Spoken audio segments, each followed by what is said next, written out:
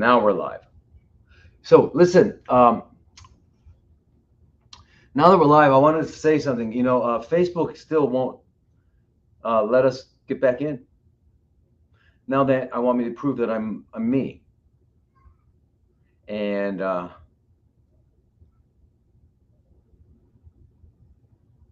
but I don't think that's what it's all about. Prove I'm me. They know I'm me. So anyway, the whole thing is, so I can't get back on Facebook. So maybe, who knows? Who cares? I can't. Okay. The other thing too is, please, everybody, listen. I'm always, if you go to my website, drlodi.com, there's this, it says alive at the top. There's different sections. Click live and you can go and watch the stream there. I mean, it's always there. Rumble, YouTube, if once in a while, if they don't kick me off for saying something true. And Instagram seems to be pretty cool. And TikTok occasionally kicks me off for things that, I see things coming off of TikTok like way more like controversial than what I say. So I can't make any sense out of anything anymore. But anyway, so back in the USSA now. I don't know how lucky I am back in the USSA.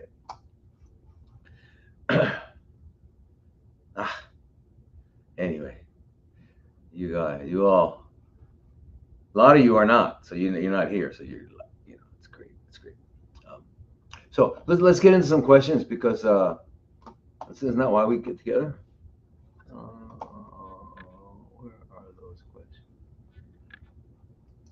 Hey, there we go. Look at that. And then if I pull this one down here, right? Come on, this is the worst. This is the worst mouse. Okay, all right, cool. So anyway, some questions. We'll start with, so anyway, Twitter, X, formerly known as Twitter, we're streaming on, and then Instagram, Rumble, LinkedIn, YouTube, and website. So and they're all at Dr. Thomas Lodi, except for X or Twitter. I had to add the MD in there, and it's because of. So anyway, it's Dr. Thomas Lodi, MD, on Twitter or X, whatever you want to call it. So let's answer some questions. And we got enough people here. We got 19. We got like 74 there. Okay, cool. And I never know what's going on with Instagram, but Instagram's there, right? Are you guys there?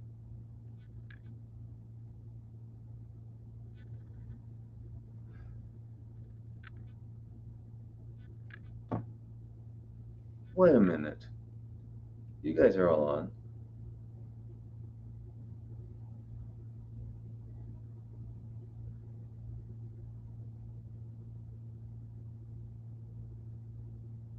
Okay, are we on Instagram? Anybody on Instagram? Are we going? Are we live? Start. Yes, start. My God, I thought Instagram was live all this time. It wasn't. I hate this. I hate this stuff. What is this? TikTok. You guys are, this is TikTok, right? So you guys are totally into it. You're answering and all that. You're telling my followers, I thought I was on. So they probably all think I'm, anyway, I apologize. I hate this technology. My God, I hate this technology. Anyway, Instagram. I don't think it's cool. I know a lot of people think we're really like lucky. Aren't we lucky? We've got these. We can also got these. What is it now? Technology has advanced to the point now where we actually have direct energy weapons. I mean, we've done it. Here we are, and we can manipulate the weather. I mean, we're rocking, aren't we? Are we cool? What? Why would Mother Nature or Mother God want to, I don't know, bring a flood, get rid of some of us? Why? Because we're dirty. We're dirty. We leave a trail of dirt. And I don't mean dirt in the term of earth. Earth is a beautiful word, but I mean dirt. How about filth? Yeah, yeah. I'm really like, uh, it's almost embarrassing to be human. That's how I feel. So, anyway, glad you guys are on. Glad you guys are on. You're totally into it. Cool. And you guys are into it too. All right, cool. Yeah, yeah, yeah, yeah. All right. So we're gonna answer some questions. And if this mouse works, my God, I always got to have problems with some electrical problem. So anyway, what I was saying, and Instagram didn't may not have heard it. I'm always streaming on my on drlodi.com on my website. You just hit live and then go down and find me. But the other thing is uh, X or Twitter at Dr. Dr. Thomas Lodi MD. Instagram, Rumble, LinkedIn, YouTube, and website. Yeah, but they're all at Dr. Thomas Lodi. Yeah, no MD. The only MD is for Twitter. Anyway, it's complicated and not worth knowing. So let's just go on. Okay, I don't want to think. Now, here's the first question. It says, yes, it says, I'm 30 with blurry vision. What do I do? Well, that's a really, it's very non-specific. So I'm not sure what that means. Nor, I hear what you're saying. When you're 30, that means that, because normally people right around in their mid 40s start to get, their arms are too short to stretch it out, right? They have to get glasses finally. And it's usually reading glasses, right? So they have to get, but you're saying your eyes are blurry. So does that mean for far distance, near distance, near, far? So anyway, there's a lot. So I recommend you go see an ophthalmologist. You don't have to do what they say, but go see them. I'm not sure. Did they suddenly become blurry? I mean, you say blurry, do you mean just things that were like blurred, or do you see double, or do you see, there's lots of things that go on to in our bodies that are hard to explain, hard to describe to another person, and we wind up giving, like people say, well, my stomach hurts, but really it's their ovaries or small intestines, right? But they say in my stomach. So anyway, it's just, yeah. So anyway, I would love to help you. I just don't really quite know what's going on, but is it time for glasses? I mean, and there are like a lot of natural ways to not have to ever wear glasses if you haven't had them. So, yeah, okay. Now, next question here is, how do you know? Okay. How do you know it's time for metronomic chemotherapy? Okay, and this was from Kath. Um,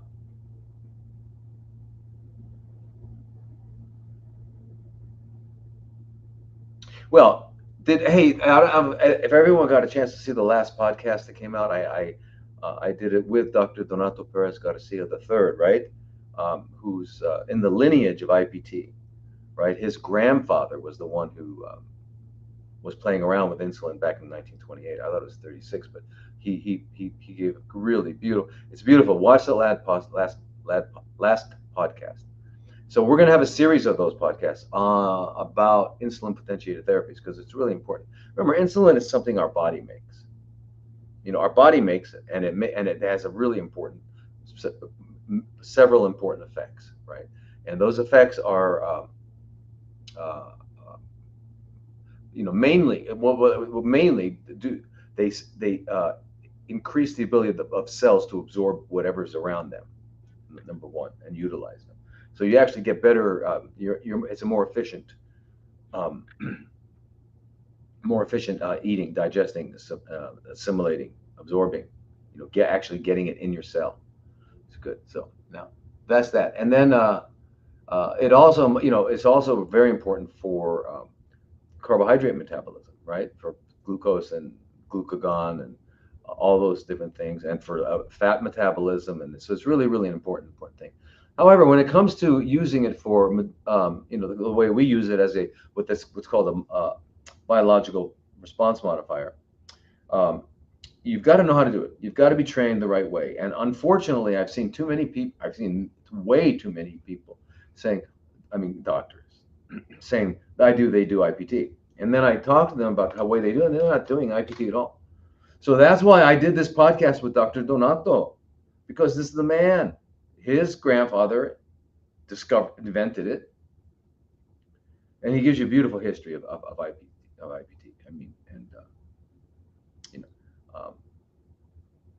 And he's got people, 20, 30, 40 years later. So did his father, and so did his father. So it's really good. So, but as we all know, metronomic chemotherapy is the new name because, as we all know, the medical profession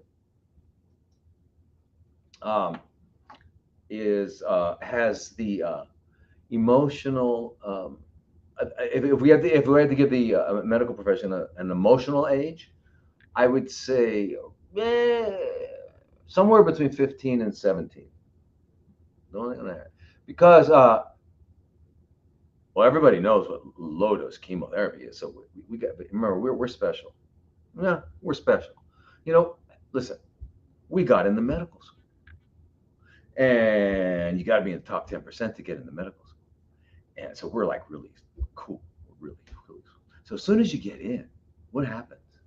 You're now treated like you're of some sort of, I don't know, because I went through it. Believe me, I went through it, and I loved it. I learned it, but I never hung out with anybody because I basically don't like doctors. I just don't like. I don't like the way they think. I don't even like the word doctor. You're not a doctor, but the real word doctor, doctore, which comes from Latin, which means to teach. Yeah, absolutely. That's what I do. But this other thing, I'm a doctor and I know everything, and you're the patient and you're stupid and you know nothing, and I'm going to fix you because you don't know how to fix yourself. That whole paradigm is bizarre, insane, and the bottom line is it doesn't work. It doesn't work. All right. So anyway, so the great white coats changed. They're now calling it metronomic chemotherapy instead of low dose chemotherapy. So Kath, if that's your name. Kath Clark. That's all it is. It's just low dose, and the metronomic because it's given in intervals, shorter intervals. Well, so is their maximum tolerated high dose chemo given in intervals. They're just bigger. So that is also metronomic because the metronome. If you've ever had a metronome, anybody ever have a metronome? You can set the thing way up here, and it's boom, boom, boom. Then you go down, boom, boom, boom, doing the down here. So that's still a metronome. White coats, warlocks, witches, you guys. So anyway, warlocks and witches. So so metronomic just so anyway, but a lot of it's oral, but they do IV as well. But anyway, so Donato, I learned from Donato, the one that's alive today, way back when in early 2002. We figured it out the other day. It was good. It's a good podcast. You should watch it. If you want to hear the history of IPT, you want to really know it from the guys whose grandfather did it, his father, and all that. Watch that podcast. Very good. And then, so basically, what happens is one of the beautiful things of insulin is that once it binds to an insulin receptor, it sets in motion all sorts of enzymatic reactions, all kinds of enzymatic reactions. One of them stimulates a certain enzyme called delta-9 desaturases, which changes the fatty acid structure of the constituents of the cell membrane from a stearic acid to oleic acid. All right, stearic acid, a saturated fatty acid, means it's solid at body temperature because its melting point is like 68 degrees centigrade. The body is 37 degrees centigrade. But so it's delta 9, right? What is delta 9? Delta. It changes at the 9 position of the stearic acid. Stearic acid is a saturated fatty acid. Period. Easy. Nothing complicated. Saturated fatty acid. Now you go in there and you put a double bond at the 9 position. Now it's no longer saturated. It's a mono unsaturated fatty acid. Oleic acid, you may know it as olive oil. It's in other oils as well. But anyway, its melting point is like 5 degrees, 4 degrees, 6 degrees centigrade. Meaning at body temperature, it's a liquid. So all that, so what the insulin does is it makes the membrane, oh wow, it makes the membrane liquid, permeable, right? And that's what happens. So it's permeable. So anything that you've eaten or anything that you've administered will go in there more easily. And the whole thing with IPT is you got to have the timing, and that's the whole thing. So people have to know the timing and all that sort of thing. So anyway, so how do you know it's time for metronomic chemo? How do you know it's time for IPT? It depends really on, I always talk it over with people I work with, my students, because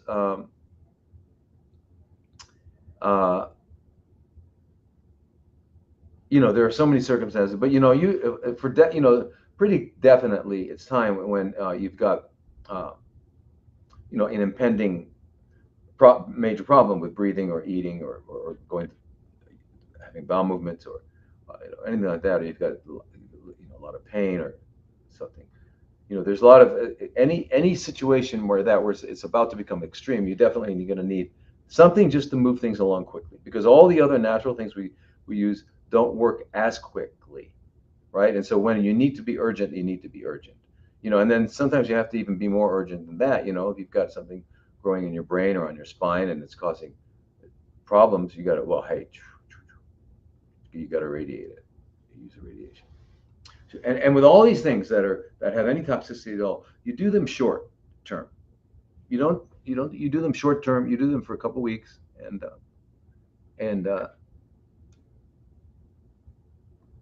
or depending. I mean, you can go 8 weeks. I mean, whatever. It's a short term, but you do it with a specific purpose in mind to accomplish a certain thing, and you've got to do that. So you work it out with your doctor. So if you think, or another one is that you say, okay, everything I'm doing, it's not working. So whatever I'm doing, because I've got a condition of chronically fermenting cells, right? And just for everybody, if it's your first time here, recall them what they are. They're chronically fermenting cells, CFCs. But the Rockefellers and the witches and warlocks call it cancer. So we're not. I'm just telling you what we're talking about. So anyway, so you're at a point where you've done. You think you're doing everything. You've really done a cleanse, a real cleanse. You've really changed your diet. Really, you really go to bed early. Yeah. You really go to bed early, and you really move around throughout the day. Like every hour, you're up doing something. It's like exertional to get out of breath, to keep your body, to keep your you really do those. And you really meditate. Really meditate. What is meditation, in case you're concerned, worried, you don't like the word, it doesn't fit into your paradigm or your view of life, you don't like it. Meditation is just learning how to shut up, how to turn off the mind. You got to turn off the mind. Why? Because the mind is what? Our greatest asset tool and our most formidable adversary. All right. So so therefore you use it just like when you've got to use your hand. I mean, okay, so our hands are tools, right? So, but when you're not doing something with your hands are just sitting there, right? Or I don't know, you might be playing with your hair, picking your nose, whatever. But I mean, pretty much you're not doing anything. So the same with the mind. Engage the mind when you need it. The mind, consider it like for Freud broke up the mind into ego, superego, and id, and the ego was the administrator. It wasn't the term that we use for ego. He's got a big ego.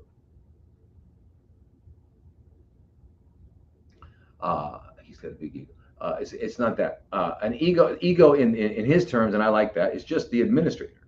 You know, oh, I've got to get some food. I'm hungry. It's time to eat. I got to get some food. So the ego is the administrator. It makes sure that you get there and you obtain the food. So that's what it is. The problem, if people that usually someone's got a big ego, what you're really talking about is the level of their vanity. And vanity is falling in love with not yourself, your real self. Your real self, you can't fall in love because there's only you. So there's no you and something else that can love some. Right? So your real self is love, and it's not your body and it's not your personality. So, but as you know, the story of Narcissus, right? He was I forget. He was leaning over and he looked. He saw his reflection in the, like a little lake, a little pond, and he fell in love with himself. I mean, he fell in love with the image, and that became. And his name was Narcissus, and that became narcissism and all that. So narcissism is just another way of saying vanity. It's the real word for vanity, and from vanity comes pride, and also from vanity comes greed. All the other ones, lust. Now, lust is not, they call it a deadly sin. It's not. It's not. I mean, lust. But you gotta always define words. When we talk about lust, we're not talking about sexual, uh, uh, appetite and sexual, satisfying sexual appetites and being sexual. That's completely healthy and normal, like eating, sleeping, all that. I think what's meant by lust is obsession. You know, and obsession is just not really good for you. And it doesn't matter what. So look at gluttony, the person who's obsessed with eating, but obsession, so lust, it usually refers to sexuality, but you can be, I consider a drug addict, uh, uh, lust. It's a lustful situation, alcoholism, anything that's obsessive. So anyway, it all comes from vanity. It all comes from self. It all comes from falling in love with this body and this personality and this mind and all that, which are ephemeral. In other words, they won't be here at some point, and they weren't here at some point. So they're here today, gone to Maui. That used to be a cool saying, and I'm so sorry, Maui. I can't talk about that because I don't want to get kicked off again by somebody. That's why we got to get on the Rumble. We're going to get a Rumble. I'm going to get a Rumble thing. Oh, by the way, everyone, here's what I'm going to do. I'm going to start another live night, and I don't know what it'll be, but I like to get everyone's like vote. What do you think? Where we're just going to do Rumble and the website, so we don't get kicked off, so we can actually have a real thing. And then I'm also not going to look at this is how I'm thinking. Instead of questions that came in that you sent in, we'll just do spontaneous questions that you have, right? And then so I'll come on and I'll talk about some stuff and whatever it is that I'm up to that week, and we can be honest. I don't have to worry about being censored and shut down and all that sort of thing. That'd be great, right? Sound cool? Okay. So we'll do that one night a week. Plus, we'll keep doing this one here too, because this one's good. Anyway, so what is it time to do metronomic chemotherapy? Good, fantastic. Thank you, Janet. Fantastic. Yes. Okay. Looks like it's good. Great. Yeah, one more, but this one won't be on Instagram because they're Instagram's owned by the same people that own the guys that. Well, FB, Facebook. I don't use the word face. I have another name for it, which I can't say right now, but that's what anyway, they want me to believe that someone came in and hacked my account. And they're already in it. They've gone in it. They could give it back to me. Now I got to prove I'm me. Anyway, so it's going to be on Rumble and my website. So that way we'll stream on that. That'll be easy.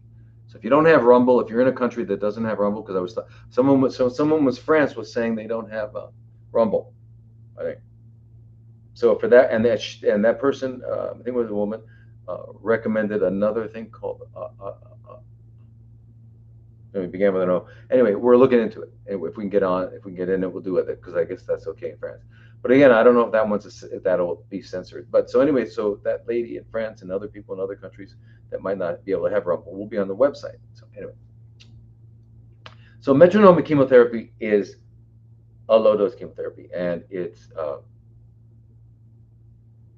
There's a lot of times it's necessary. If you've got a leukemia and you've got your white counts like 200,000, 300,000, you got to bring it down. Okay, we got to do it. Right? Yeah, vitamin C is great. Curcumin is great, but I wouldn't just do that in an acute situation with leukemia. I would add in unfortunately, right now I don't have any other tools.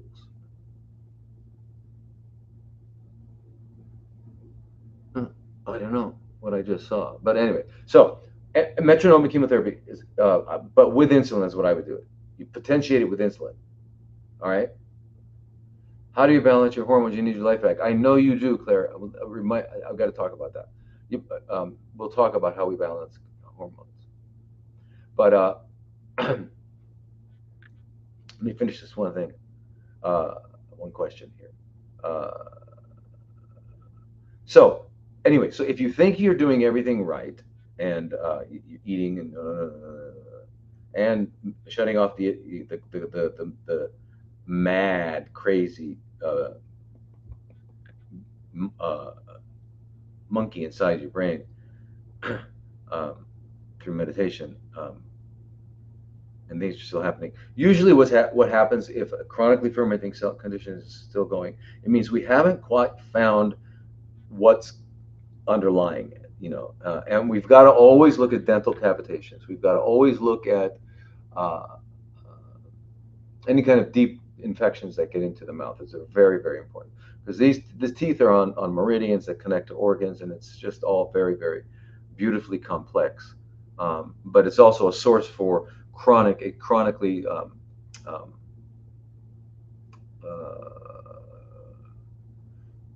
active.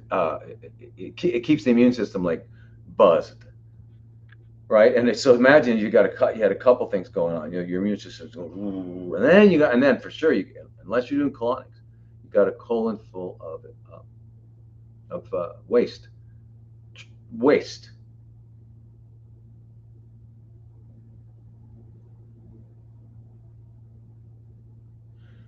All right, yeah, so someone's undergoing chemo right now. You're undergoing probably maximally tolerated chemo, and that's a shame because it's not necessary. But you're probably in a place where you can't get access to it, and you don't need stage one doesn't need chemo. Um, there are so many things you got to, and then so you've got to find out. You got dental problem. You got deep cavitations. You need to do a cone beam. You need to do a what's it called with the it's an ultrasound. It's called anyway. It's an echo. It's like an ultrasound of the teeth and the jaws and all of that. Anyway, biological dentists know about it, and they use a couple of modalities to really get in there and find out if there's stuff going on. Because the regular dentists don't even do that. They just do these regular. They put in root canals. They do. They put in silver titanium implants into bone. And they never look 2-3 years later and see that all the jawbone have eroded away and is full of microorganisms. They don't look at that. And they also put in mercury and stuff like that. Yeah. But anyway, you think you're doing everything right, and you're getting IVs of vitamin C and curcumin and ozone, and you're doing colon hydrotherapy, you're getting lymphatics. Yeah, and it's not working, then it's that it's. But we got to figure out also, have we also eliminated the causes? Because if we don't eliminate the causes, it doesn't matter what we do, it's going to not go away. Right? You don't unplug. If you don't unplug it, the electricity is flowing. It's going to keep flowing. So that's just the thing. We got to find it is. So when we talk about cleansing involves a lot. It's a lot more than just doing a juice cleanse. You've got to make sure that you don't have any. You don't have any deep seated things going on. And then of course we got the parasites. And who has parasites? Everyone you ever met, and everyone you'll ever meet. Yeah. Who's got chronically fermenting cells? Everyone you ever met, and everyone you'll ever meet. Yeah. So these are common, but the problem with the parasites is that they can specifically cause specific chronically fermenting situations to go on in specific organs, and they also are amazing at turning off your immune system. And now you turned it off. Now chronically fermenting cells can really move and grow, and they And it's not, and remember, it's not always the parasite itself. It's not the adult. It can be the eggs. A lot of times it is the egg. And then they have larvae and they migrate, and you don't want to undertreat them. You undertreat them, they'll go to one organ to another, and you're not gonna. You got to just come on heavy. There's some. So integrative oncology is when you got to know all of it. You got to know the conventional and all the non-conventional stuff, and then you have to figure out when to do what. All right, that's what we need to do. All right. So now, very, very important. So,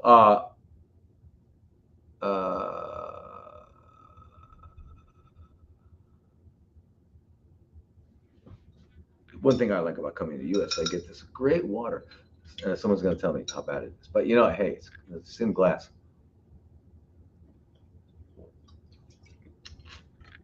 It's in glass. Now, so you got to do it for a while to make sure that you have a goal. Sit with your doctor and have a goal of what you're going to do, what you want to accomplish with it. Do you have any of those things going on? It keeps growing, or it's impending vital function. And give me a call. I'd be happy. We can talk about it. Now, is it okay to eat nuts unsoaked? Well, that's a good question. Is it okay to eat nuts unsoaked? Well, I mean, I have to say yes, it's okay, but you got to be prepared for, what's going to happen. So nuts have the things called phytates and tannins in them, and what they do is they actually lose it. Yeah, there we go. Okay. They have these phytates and tannins, and they bind. What they do is they bind up minerals. Now, if you all remember when we talked about enzymes in the past, just as a reminder, if you're new here or if you're not, just as a reminder, so that you can understand how the divinity that produced and produces our bodies. We have 36 septillion chemical reactions going on every second. That's a 36 with 21 zeros. Okay, so going on every second. And the result is it's all coordinated correctly. This is happening, and it's all incomprehensibly interconnected. But of course, science told me it's random. It just happened. It happened. It just randomly happened perfectly. I don't know. Do they really believe it? They do really believe it. They'll fight for it. It's crazy. But anyway, so you got 36 approximately septillion new chemical reactions every second. Every one of them, there's only a few things that don't have enzymes. The diffusion across capillary walls. There's no enzymes, and there's some diffusion in other areas of the body, in the intestines and stuff. A little bit, not a lot. Most of it is it requires energy put in and enzyme function. So they're all mediated by enzymes. So these 36 septillion chemical reactions going on in the body are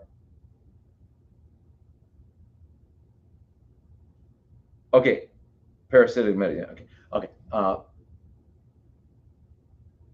mediated by enzymes. Okay. Now enzymes are proteins that perform a function, a catalytic function. In other words, they catalyze a reaction from happening, right? So you got a molecule here and a molecule here, and they're bouncing around, right? And maybe once a week they might bounce with the right speed and the right direction, a relationship where they become a new molecule, or become three other ones, or whatever.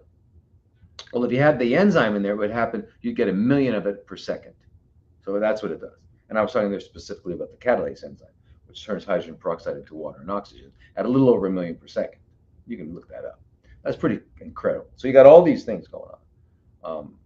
But anyway, so enzymes need a mineral. A mineral is like a zinc, uh, magnesium, boron, uh, selenium, a lot of them.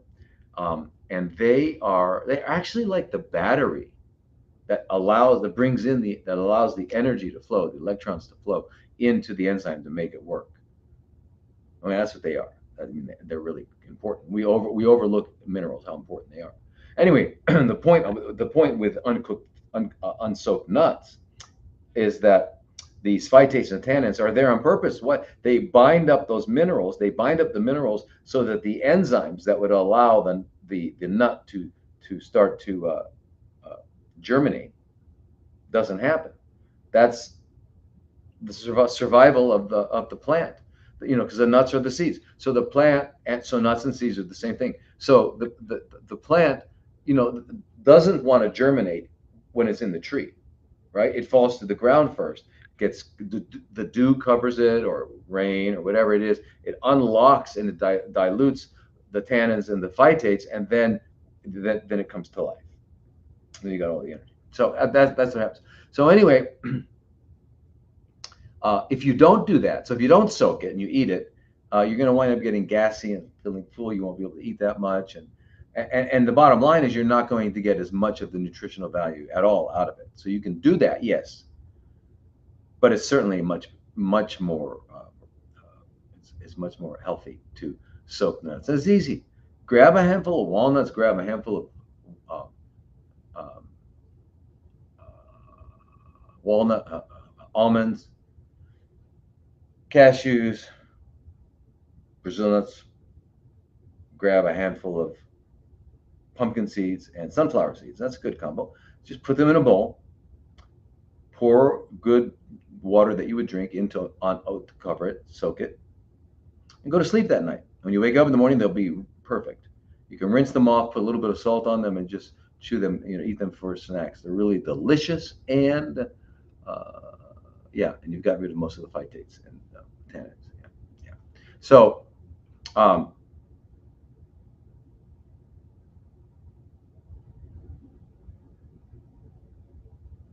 yeah.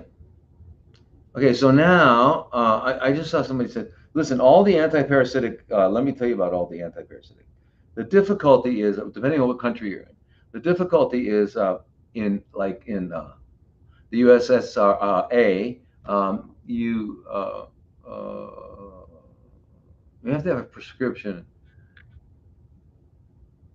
which means that you got a gatekeeper there telling you how to take care of yourself.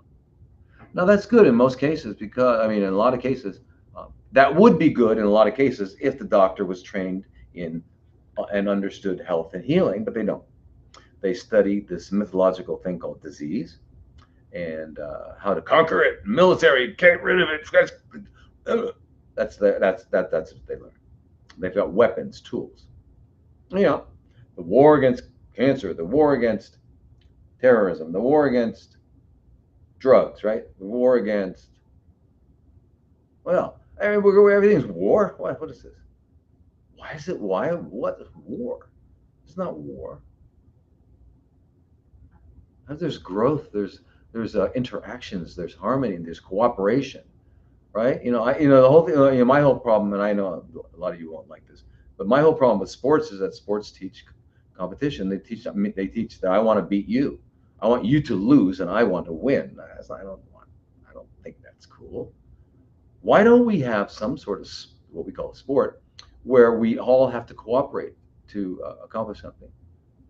But we don't have these group cooperating and this group cooperating, and see who can cooperate the fastest. And this again, you're back into competition. You're back into having winners and losers, right? And yeah. And but you're losing. Uh, You're losing an artificial thing. You're losing not having won. I mean, it's like anyway. So I really think we should learn to, cooperation. So we don't need to go to war. And the ultimate sport, obviously, is war. The ultimate sport. So anyway, uh,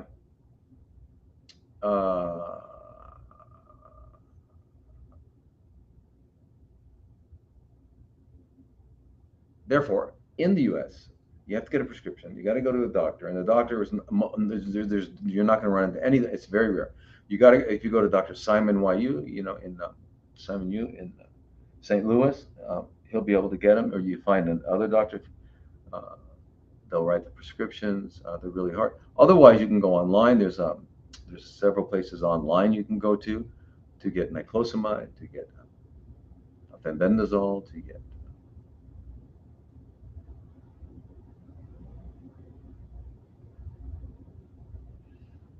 Now the problem is ivermectin and mebendazole. Niclosamide you can go online, CC, and you got to take them all at once. So that's the problem. So the answer to your question is, if you're in a country, like there are countries like Mexico and Thailand and Cambodia and places like that, Vietnam, where you can just walk in and get what you want, and there's no big deal, you know. So that's the tragedy. So I don't know. It's really hard for me to. Um, yeah. Like you get a lot from veterinarian, but they don't give them. They don't give them all, and they give really. There's one veterinarian paste where they give. And I was talking to somebody the other day, one of the people that listens to me. I hope she's on today, um, where she was using the paste on her breast of I think it was ivermectin. It's a good idea. Anyway, these antiparasitics they're like phenomenal because I'll do a podcast one day on on uh, on parasites. I think it's a great. You guys will like it. I mean, I like it, but I mean, it'd be good information. But but they're pretty ubiquitous, and you got to knock them out. You got to get rid of them. And so now, well, why don't we use wormwood? Why don't we use all of the old natural products? Sure, we can, and they work, and they've worked for 5,000. As long as we, longer than we track what we call recorded history versus, and it's not recorded. It's recorded by who? By the winners, right? So remember, all they taught you, when you studied the history, what did you study? You studied wars. Who killed who? What king took over another king? You know, that's not the history of humanity. Why don't we study wouldn't you like to know what life was like in the year 1260? Wouldn't that be interesting to know really what it was like and what people did? And so I'd be really interesting. I don't care if this guy conquered this guy. So what? So what? That's history? Yeah, unfortunately. But anyway,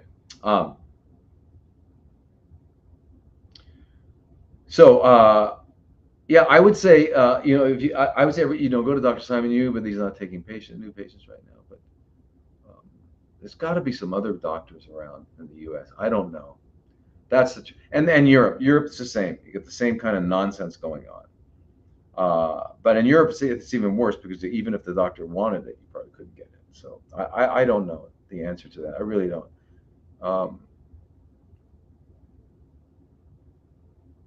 So here's one of the things.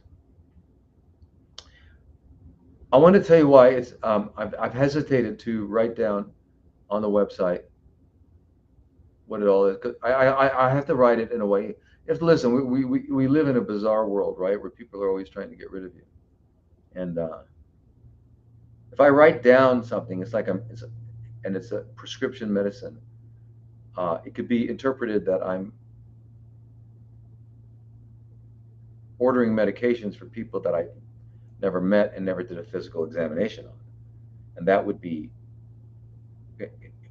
considered unethical in the medical community, and I would lose my license and things like that, and then they would take it down anyway. So, that's why I haven't done it. I've said it many times. If you go back and watch some of the previous ones, I've said them all out. But you hit it heavy. You can even find out if you even listen to Dr. Simon. I don't know if he gives out, but I mean, it's you need to use 3 or 4, and which ones? Well, you don't know because you can't find out what the actual parasites you have. But there are 2 kinds of parasites: fundamentally. We're not talking about the ectoparasite. I'm not talking about fleas and mosquitoes and ticks and things like that. I'm not talking about that. I'm talking about the ones that live inside. So those are either what they call helminths or worms, and then there are protozoa, which are single-celled organisms. So now these are organisms that live inside of our cells. They like to live inside the cells, and that's where their whole life cycle is. And you're not going to find them. They burrow deep. They burrow deep into cells, tissue structures, so they're not out in the open. They're successful. Their parasites are successful. So you're not going to find them. So it's not like you're going to go to the hospital and they're going to tell you if you have parasites or not. They don't know. They have parasites. They don't even know. The point is, you do. We do. So we've got to take these things. So what do we take? We take a few anti-helminthics, which are the worms. Remember? So you got to use ivermectin, magical stuff. Fenbendazole, mebendazole, niclosamide. Look these things up. Go into PubMed and put that word, mebendazole, in cancer. It'll blow your mind. It'll blow your mind, and it's why, and as I mentioned before, Dr. Royal Raymond Rife had a microscope that was able to expand his visual visual acuity up to 15,000 times, and he saw things in there that were moving around. Figured out their frequencies, sent into frequency at the same frequency, and it burst and died. So as far as he was concerned, chronically fermenting cells is due to parasites. So are a group of Germans at the Max von Max. Anyway, Hoffenhefter. I don't remember. Anyway, at an institute, a very respected institute, kind of like the Louis Pasteur Institute. But anyway, this is a very well-respected German institute in Munich, and in the 70s, they have video. It wasn't video; it was film, but they recorded where they were able to see these microorganisms, and they only found them in chronically fermenting cells, no other cells, stuff like that. Yeah, Hulda Clark's protocol. As I think it's okay once you've done a really thorough job with the. Unfortunately, you got to use pharmaceuticals because, as I mentioned, if you undertreat them, you don't quite get. Now, listen. Remember, these guys, they're laying anywhere from 20 to 2,000 eggs per day. So if you successfully get rid of if you do, it's not easy. Let's say you successfully get rid of all the adults. Well, in a week or two, they're going to hatch, and then they're going to lay eggs, and so you've got to go, 3 weeks on, 1 week off, 3 weeks on, 1 week off, or 4 weeks on, 1 week off. You've got to do these cycles where because they're going to hatch. So that's the problem. Hulda Clark also used a zapper, which is kind of reminds me of the beam ray that Royal Rife had. So she was definitely on the right. Yeah, she got it. Royal Raymond Rife, she had a book called, if you remember, Hulda Clark had a book called Cure for All Diseases. They all use that word. Don't use the word, you guys. After Royal Rife, they brought him to University of Southern California Oncology Center, and they gave him 16 people that they determined were terminally ill, and he used his frequencies, and all 16 no longer had chronically fermenting cells. 100%. So there was a dinner for him on his behalf, and all the greatest scientists of that era, and I think it was 1936. And the name of the conference, of the dinner, was Cure for All Diseases or something like that. And within 2, 3 years, most of them were bought off, and they said, "Huh, Royal Rife, never had dinner with him." Nah, yeah. And then the guy died in Mexico, in Tijuana, I think, an alcoholic. They destroyed his life. So now these parasites that roll around, and when I was talking about the ones that the Germans found, are not the worms, wouldn't be the helminths, but so they'd be protozoa, single-celled organisms. But you got to understand the helminths are a big deal, right? We know schistosoma directly goes into the bladder, makes chronically fermenting cells in the bladder. We know that Clonorchus viverrini, which comes, they're like little flat worms, go into the bile ducts, cause what's called cholangiocarcinoma. I mean, we know specifically. For example, malaria, which is a parasite. Malaria is a protozoa, and it's carried around by Anopheles, the mosquito. And then when he bites or she bites, it gets into it comes out. And it turns out, it's very interesting. It turns out interesting. I don't mean that in a good, I don't mean in a good way. I'm glad we found out. But if the combination of the malaria with a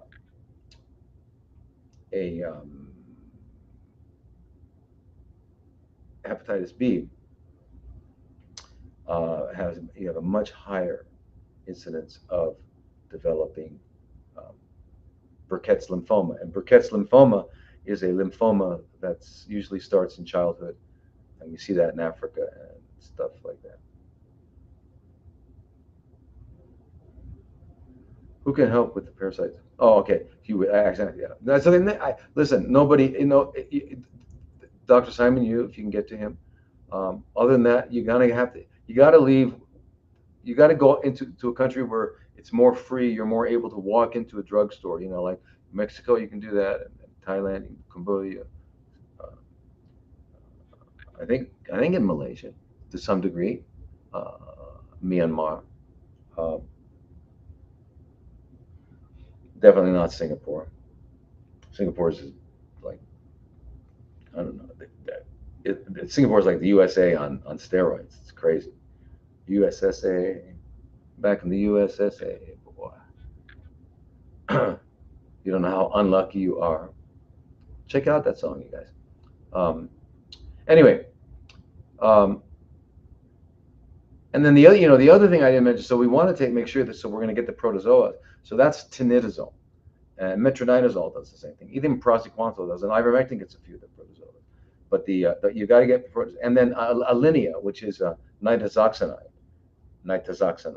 This also get these protozoas.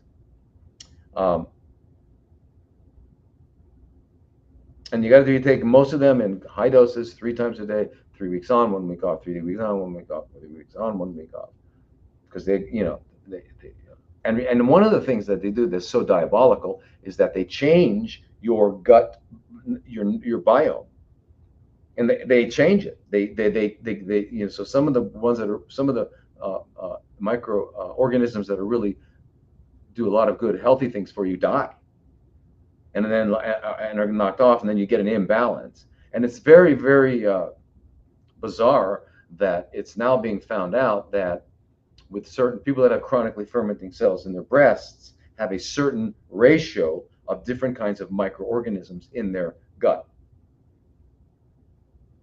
So I guess you could actually take out a fecal, implant it into you wouldn't do it to another human, but they do it to animals, poor animals.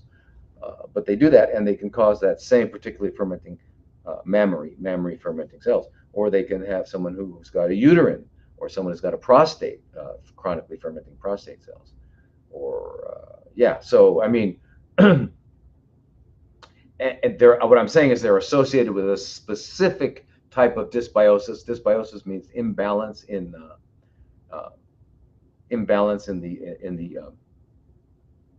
different species of microorganisms in our guts. Now remember, we don't only have gut microbiome. We've got you know several trillion on our skin, all over, everywhere, ears, everywhere. We've got a nasal biome, and we've got an oral biome. Women have a vaginal biome. So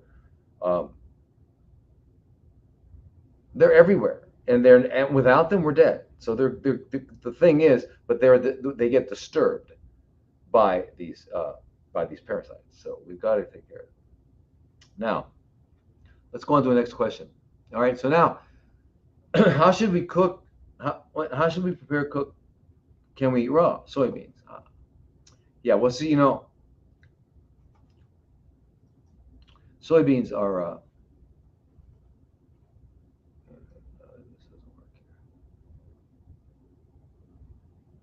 Okay. So, again, soybeans are phenomenal food. Phenomenal food. Soy. Okay. Um, it's a bean, and so anyway, so think about it. So soy has all of the essential amino acids. It's got all kinds of different minerals.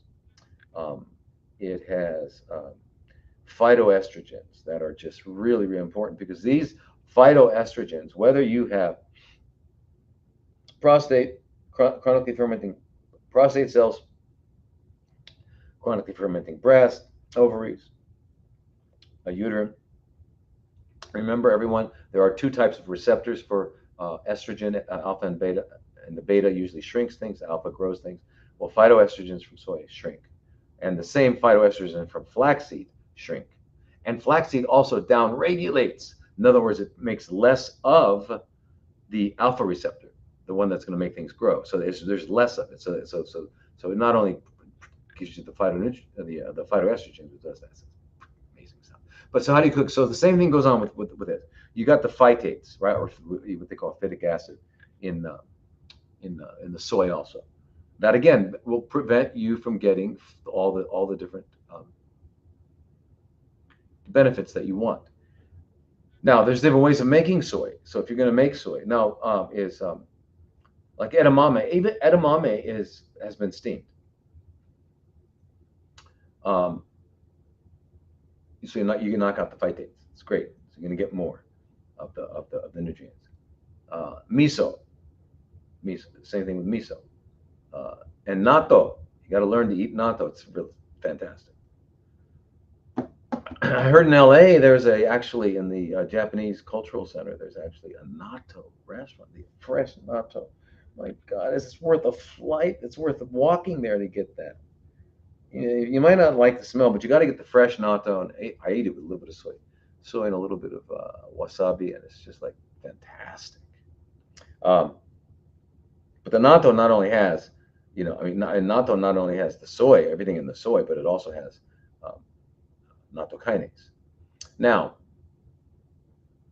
and there's tempeh, right? These are all the different kinds of fermented. Now, tofu is not fermented, but guess what? You still get, you still get the phytonutrients, which is really important. So you don't want to not get the phytonutrients. So in other words, yeah. But with tofu, so tofu still has the phytates, but also these trypsin inhibitors. Now, trypsin is it's an enzyme that's used that our body makes. Most animal bodies make for digesting protein, breaking down protein. So anyway, but it was interesting when they did it. There was a study where they looked at tofu and then soy drinks, and then soy baby formula to see what had them, to look at the phytonutrient content. Tofu had the most, then the soy drinks like soy milk and stuff, and the baby formula had none, which is fine. Babies aren't really needing those kind of phytonutrients at that point. They're not needing it, so it doesn't matter.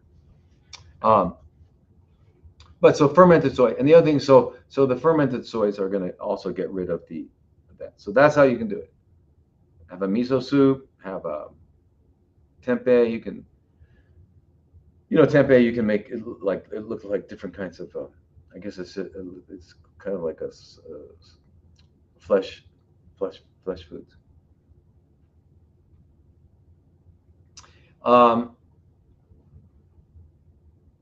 right, so let's see. And what are the other questions? We've got lots of questions today. Okay, so hey, soy. I'm telling you, soy. Remember this: soy, flax seeds, chia seeds. You got to have it. If you're human, you got to have it. So, how much? Chia seeds, 6 tablespoons. You can grind up 2 or 3 of them, or not, and then just put them in and then pour coffee grinder, or just, but only part of them. Leave a lot of them, like the majority whole, so that they soak up and they get because they're mucilaginous and they get like a porridge. And then you pour in a fresh nut milk that you made this morning because you soaked them last night. They're ready. Can be almond milk, can be Brazil nut milk, which, remember, Brazil nut milk is important. It's got a lot of selenomethionine, which is selenium. Anyway, and then for flax, so it's 6 tablespoons. So for flax, maybe 2 or 3 tablespoons, grind them all completely, and then pour them in a nut milk and make a smoothie. Put blueberries, put whatever you want to make it delicious. Now that, and then got to get tofu, and there's the amount of tofu a day was. Let me see. I want to look back at that study. That study said there was.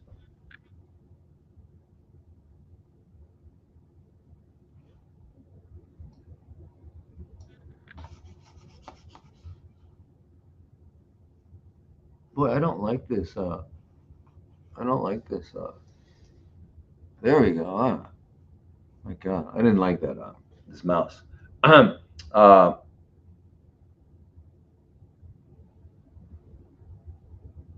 Anyways, quite a bit. You got to eat a good amount of the soy during the day. Eat a good amount. I'll find that and let you guys know somehow. But you want to eat a certain amount of soy. And I don't care if you need the phytoestrogens, right? Okay. Yeah, it's not on Facebook anymore. Facebook won't let me in. Facebook won't let me in, and they're saying, somebody hacked you, and now we got in, and we'll give it back. We'll give you access back to your Facebook if you bend over, if you give us your retinal scans and whatever. Remember, it is Facebook. They call Instagram IG, right? They call Facebook FB. Okay, well, change the word for the first. So it's FB, but it's not face. Okay, that's what it is. Okay, that's what I think. And bizarre. But these are really, really good. Now, how do we do cleansing enema, temperature of water, amount, time, etc.? Okay, so anyway, 2 kinds of enemas. One is a cleansing enema. The other one is a retention enema. Retention enema is because the colon absorbs things very well, and you'll get a lot of that up. You'll absorb the nutrients from whatever you're using, and it goes right up through into the portal circulation through your liver and stuff like that. So it's a way to directly get something to your liver. But the cleansing enema, what you want to do before you do a retention enema, is use salt water. How much salt? How much water? Well, I would say at minimum 1 liter, 2 liters to do a good enema, to clean, because you want to clean out the rectal vault and then as much of the descending colon as you can. If you can't, but if you can get that out, things will move down later. And the reason is because then when you do the coffee enema or wheatgrass enema, whatever, it'll get in there and it'll be able to occupy the inside surface of the colon and be absorbed. But if you didn't do that cleansing enema and you still had waste in there, feces in there, it wouldn't be able to do that, and you wouldn't get quite the benefits. So why would you use big pharma meds? Because I told you the natural these parasites lay 20 to 20,000 eggs per day, and it's not enough. You can do it, but if you've got a chronically fermenting situation, if you've got a serious situation going on, you don't you the natural remedies are they're great. They kill some of them kill the adults. Some actually can kill the eggs. And I know what you're talking about. There's wormwood is a classic, um, but we are riddled with them. And what's going to get rid of the protozoas? Entamoeba. Have you to give you an idea of what a protozoal parasite is? Entamoeba. You've heard people get amoebic dysentery. They get severe diarrhea. They go to India or Nepal and they drink the water. And I mean severe. So like you die if you don't fix get fluid, stuff like that. Anyway, it's a little amoeba. It's a single cell organism. Also, there is one that's carried around by men carry it, and women. Uh, so men don't know they have it, but if they have sex with a woman and she gets it, then she'll know it because she'll have an odor of fishy odor, and so this is again it's a protozoal parasite. Now, so the guy, so the women are actually luckier because they'll know it and they'll take care of it. The man doesn't know it because what we have found is there's a high association between prostate and cervical chronically fermenting cells and this particular, it's Trichomonas vaginalis, it's called. So you need things like tinidazole, metronidazole.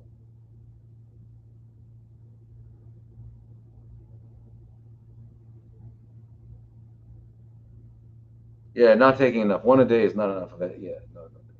You gotta really nail these guys. You gotta do it. You gotta. I'm not into drugs. I don't like, but I just do what needs to be done at the moment.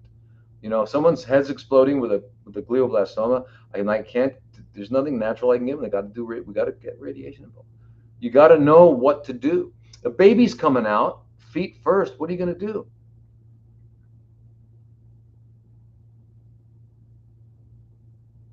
So, what was it in 120 years ago? Something like that. 1 out of 5 deaths was during childbirth. So, with a reason why the uh, the average age was lower before was not because we're living. It's not because we've never had it so good. This is the best we've ever had. That's what they tell us. But when you're doing averages, for example, if you've been in school, you get 1B or 1C, and you'll never have a 4.0 again. You'll never get high again like that. So anyway, so imagine if a woman, either the mother died in childbirth and or the baby, and so those are young ages, and that brings it way down. That was one way of bringing it way down, and there are other ways too. So you bring it way down. So what I did is I wanted to test that, and I didn't know how to test it any other way than so when I did some traveling, and I would go to wherever I could go to in the world. I would go to the graveyards and I would look at the, 1623 to 1695, or whatever. I'd go to old graveyards. I'd go to ones in the rural areas, not in near cities, and same, anywhere from, I would say, late 70s up to 90 was about the average back then of what I saw. Now, yeah, there was a lot of these little guys down here. They only had a few years because they died in childbirth. They died, whatever they happened. They had these things. But the point is that remember, the people of old didn't have lifestyle problems. Like they say, chronically fermenting cells. You can have it as an infectious process. with HPV, Epstein-Barr and things like that. Yeah, that's what I meant, Epstein-Barr, when I said before with malaria. It's Epstein-Barr. I'm sorry, not hepatitis B. Epstein-Barr and the malarial parasite.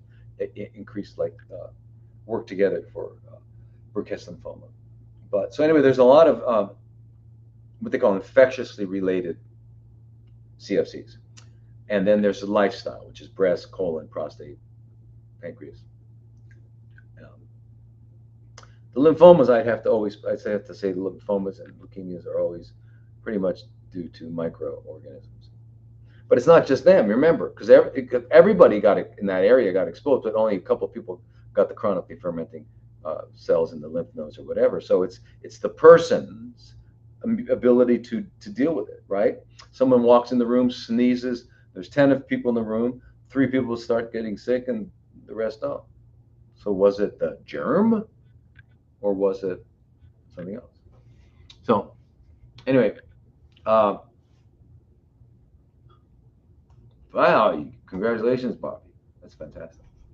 Fantastic. What? So here we go. What is the one? So how do you do the cleansing enema? So you're going to put to do the enema, get a couple towels on the floor in the bathroom, a hook on the back of your door if you can. Get the enema bag. If you can get the old-fashioned enema bags or rubber. They call them douche bags because women use them for vaginal douche as well.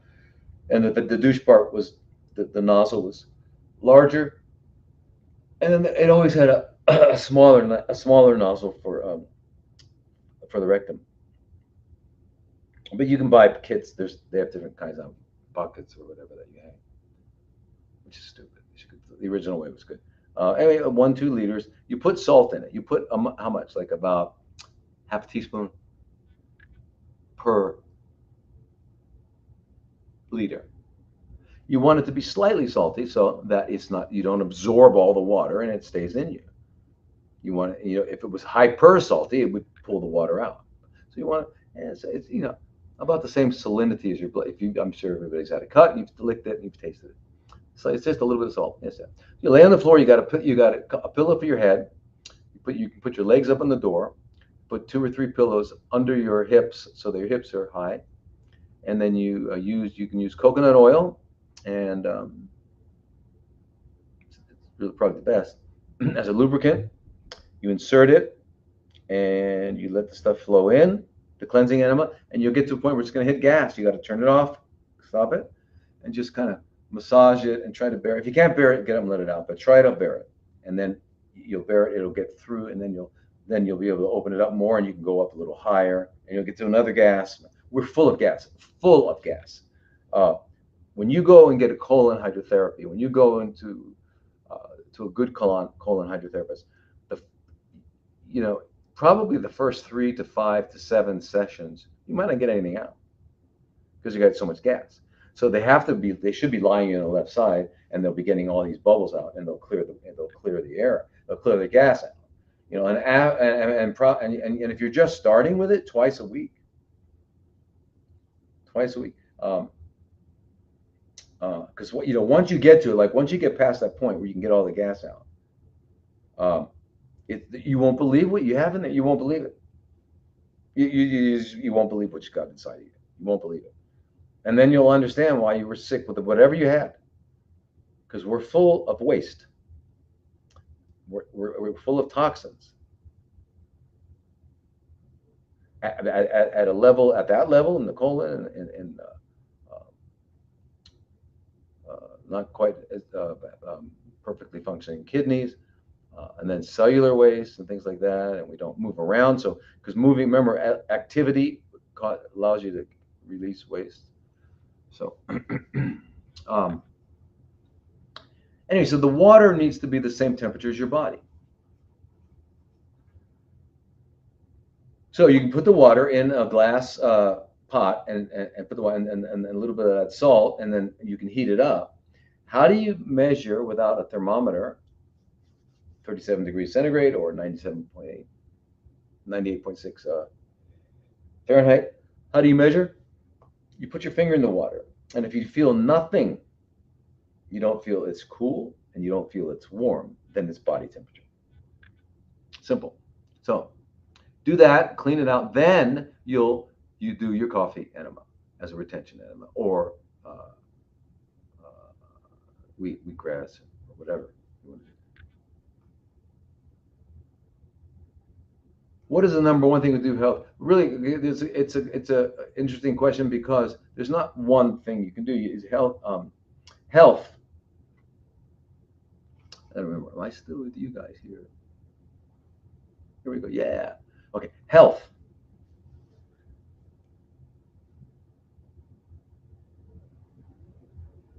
is arrived at by one way. There are not two ways. There's only one way to get health, to achieve health, and that's through healthy living. Period. No other way.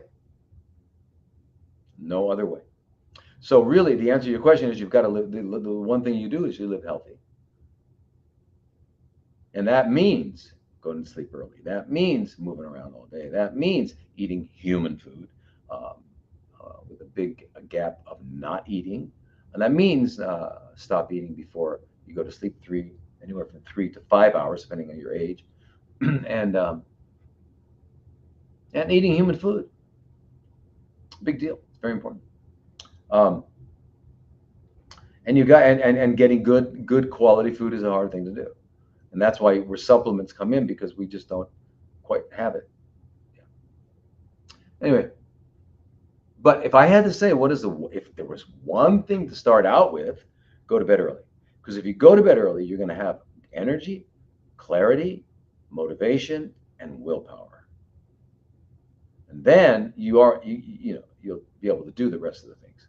But if you're going to bed late and you're trying to do all the other stuff, you won't be able to make those necessary changes.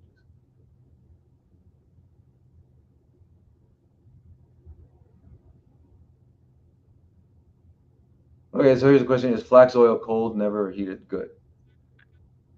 So dressing for salad, etc. Yeah, flax oil. Remember, oils are not natural products. They're processed. The natural product is the flax seed, chia seeds, because you get everything. But if you're going to use an oil and you want to use oils for like salads and stuff, you can add flax. Now, flax usually doesn't taste that good to me. So what I would do is put about 25% flax oil, 75% uh, olive oil, because it tastes better. And you can use walnut oil, and there's all kinds of oils. Walnut oil and sesame oil, really good. Japanese use that for a lot for salads, and sunflower oil, stuff like that. But again, oils, they get rancid and they have problems, and they shouldn't be exposed to light, sun, and they shouldn't be exposed to heat. So there's a lot of potential problems with them. Yeah. But again, for salads, yeah, yeah, yeah, yeah. So don't worry about that. Do that.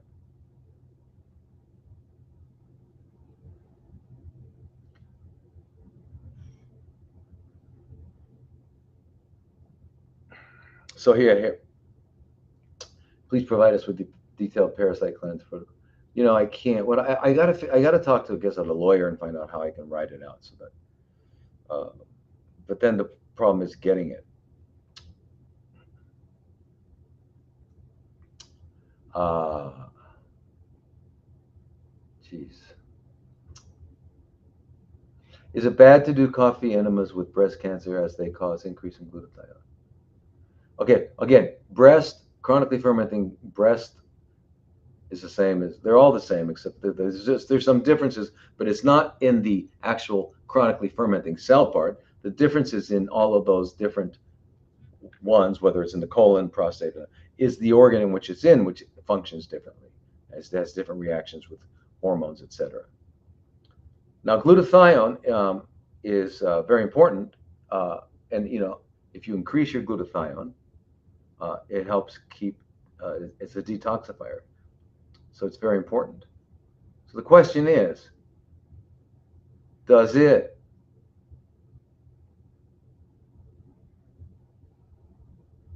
um, so the only time you wouldn't want the antioxidant function of that is when you're doing an oxidative therapy.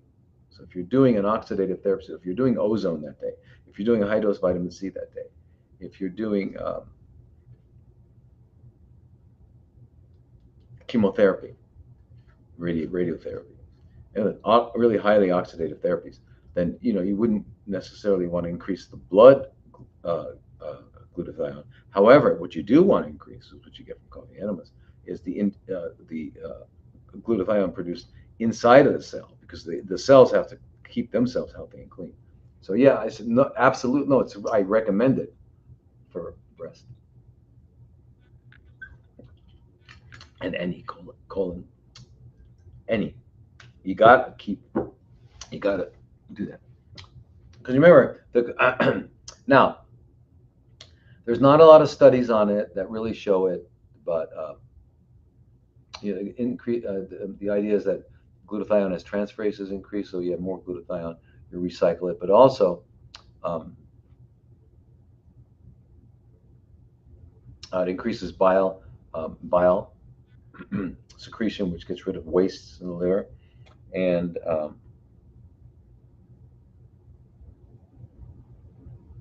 so both of those are very, very important. But I would add to that, because we're talking about the ability to stay healthy. I would add to that broccoli sprouts and put them in your smoothie or your juice or whatever, or eat them at least two big handfuls a day, so you can keep. It's just all the cruciferous vegetables, but it's just that you don't have to eat great quantities to get the benefit with the broccoli sprouts if you're doing two or three handfuls. But it increases phase 2 detoxification of the liver, which is very, very important.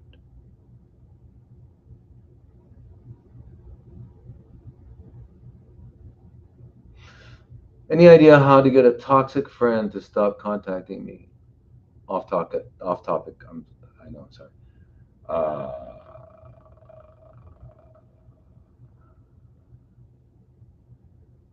So a toxic friend. I don't know. You mean I don't know if you mean toxic in physically they're toxic, or psychologically and emotionally they're toxic, um, spiritually. How are they toxic? But um, sometimes you can just straight up talk to people and say, so then you have to change if you really don't want to contact them anymore, then I wouldn't call them a friend. Oh yeah, you have it in quotes. Good. Okay. So I guess a former friend or whatever. Yeah, you got to just say, look, I don't want to talk. I really, I think you're a great person, whatever, blah, blah, blah, blah. But I don't want to talk to you, and I prefer not to contact me. And if that doesn't work, you just don't answer the phone, or you don't if they come over, pretty soon by not giving them any response, it goes away. It's putting a behavior on extinction. You put a behavior on extinction by not reinforcing it in any way, positive or negative. So you can tell them, then say, look, I'm going to really not respond to you in the future. That's it. So, sawasdee kap, aloha, like that, and say goodbye to them. And yeah, I know we have that. So, um, some people are able to do that with other people by being extremely rude. You can be extremely rude. I couldn't do that. It's just hard to do that. But some people could do that. But again, just not respond ever. Okay, so let me just see something here.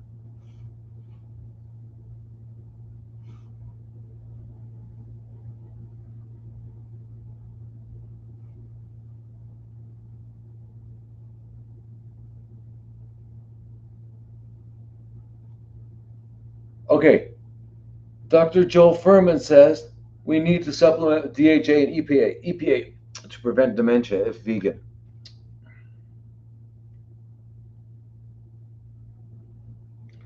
Well, I need to see the research. I don't agree. I've not.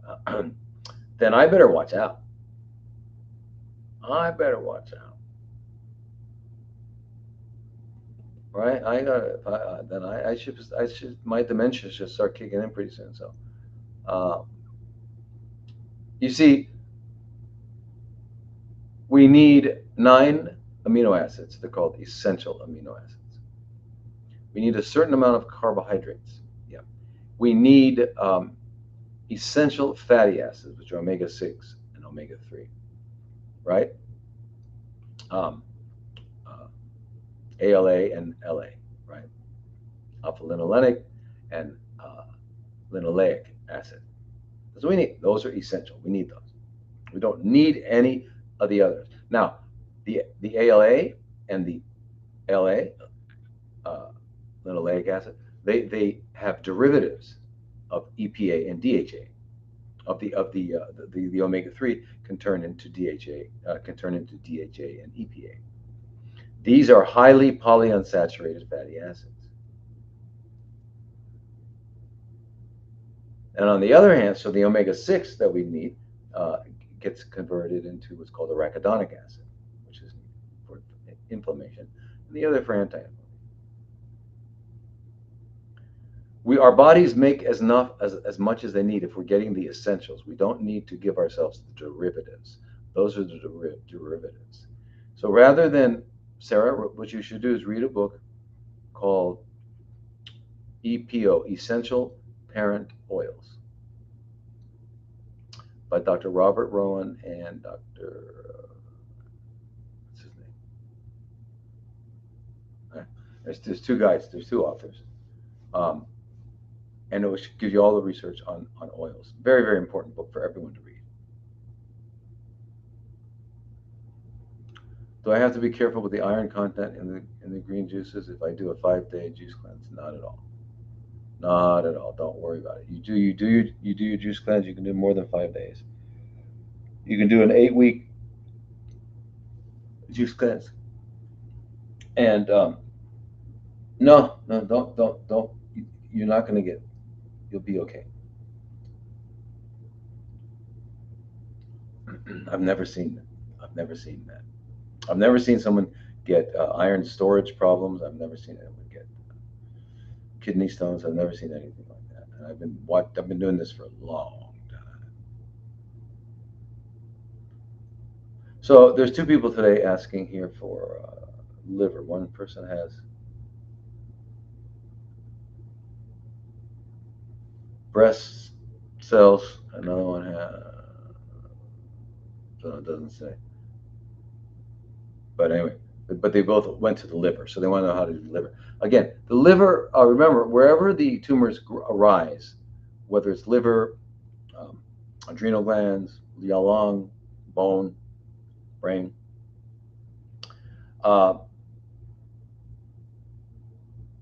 it's the same thing. It's not.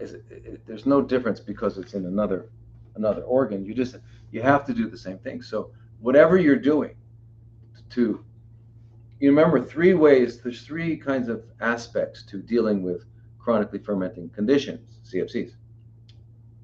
One is you got to stop making it. So you've got to cleanse and do all that stuff in the meditation, colon hydrotherapy, lymphatic therapy, exercise, fasting, juice cleanse, eating right, all of it.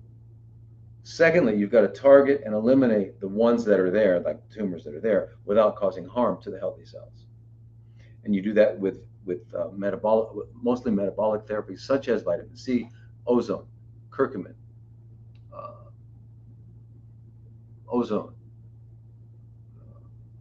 quercetin, artesunate. Yeah, there's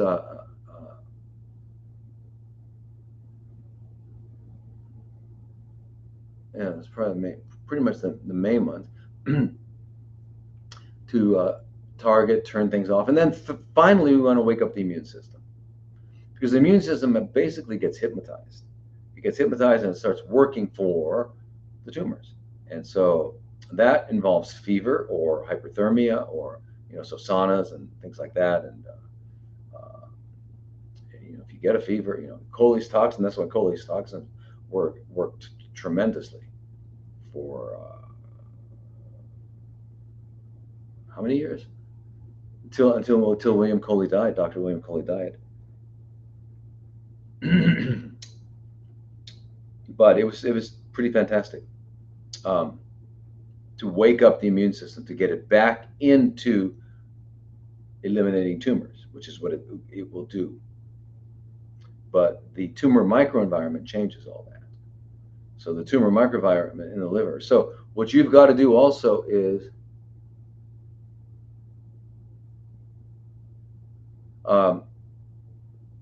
your boyfriend, I'll get that in a second, testicular cancer.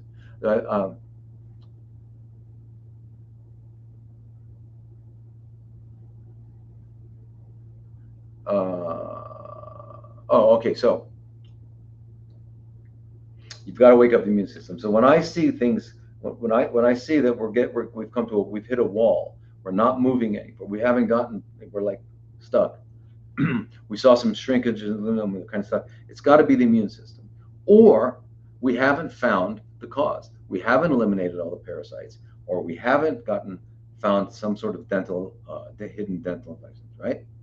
We haven't found it or eliminated it, even if we had found it. And remember, just because you go to a biological dentist doesn't mean they're the right one, and doesn't mean they can do it right, because the biological dentist I talked about before, who I consider to be the best, is Emma Bramian in Glendale, and she and another biodentist were looking at.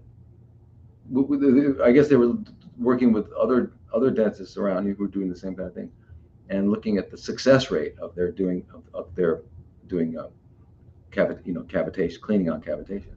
And some people were as I think as low as 50% success, meaning the person came back and had to get redone and redone and redone and redone. So just because you get a cavitation cleaned out doesn't mean hopefully this was a perfect, really fantastic biological dentist, but you've got to make sure. So go to I don't know who so anyway, so the answer to your question is, if it's in the liver and it got there and it was somewhere else to start with, just like if it's anywhere else, that means we're either not getting that the cause, we haven't sufficiently eliminated all toxins, and or the immune system is not optimally functioning. And so we've got to use things like IL-2, which we can get a prescription for. It's interleukin-2, give you a little bit of fever, and also to increase and recruit T cells and macrophages and things like that. Also, thymosin alpha 1 to produce increased T cells. And then once you've used IL-2 for about, I don't know, 10 days, 14 days, and you know that you've converted from a Th2 to a Th1, which means from a chronic inflammation to an acute inflammation.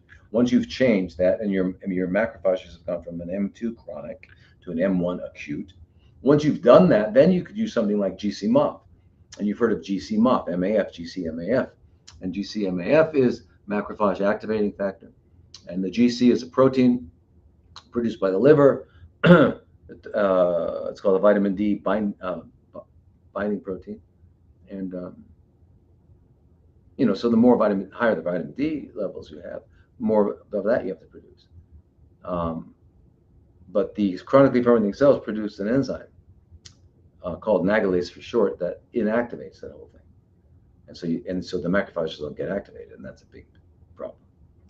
So that's what GC-MAF does. It kind of goes around that and activates those macrophages. But you don't want to give the GC-MAF unless you're in M1. If you're still in M2, which is chronic, you don't want to wake those guys up. You don't want to, because you'll just make them, they'll help the tumor. Yeah, so it really it takes looking at everything really carefully and understanding everything really carefully.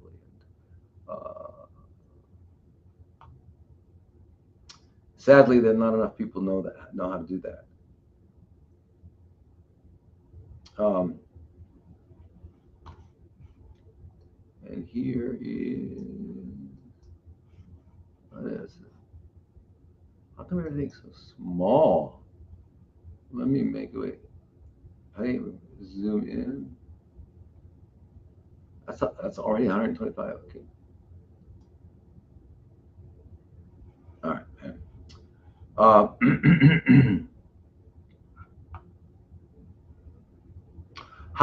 how to detox from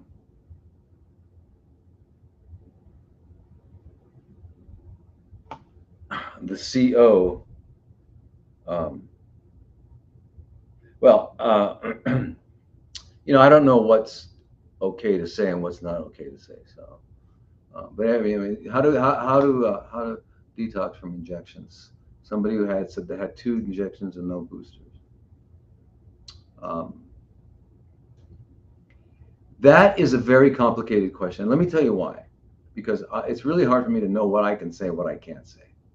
I don't know what I can say, but without getting shut off. But